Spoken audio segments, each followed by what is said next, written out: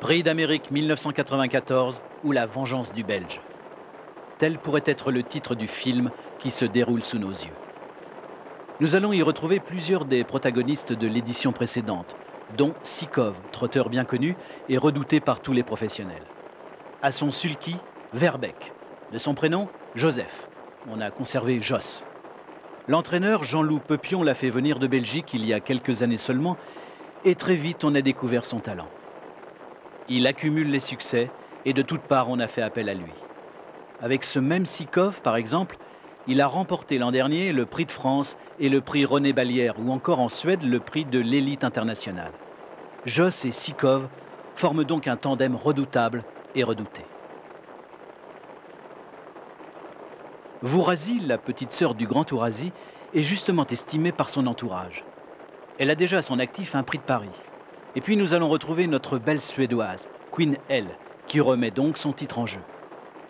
Avec ses 3 chevaux, Sikov, Vourazy et Queen Elle, voilà un tiercé tout trouvé, pensent les turfistes qui ont peut-être oublié Ukir de Géma et son 67 contre 1, qui était venu s'intercaler entre Queen Elle et Vourazy. Les Français auraient-ils la mémoire courte, comme l'a dit un homme illustre?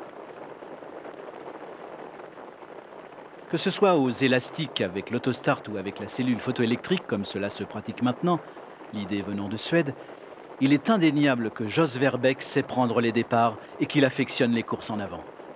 Dans ce cas de figure, reste au driver de savoir doser l'allure imposée à son trotteur. Mais cela aussi, il sait le faire. On avait annoncé la couleur sur la tactique qui serait choisie pour que Sikov enlève ce prix d'Amérique, la course en avant. Il faut donc d'abord prendre un bon départ. Voilà qui est fait. Vrai Lutin et Ursulo de Crouet sont relégués dans le peloton et Sikov prend seul le commandement.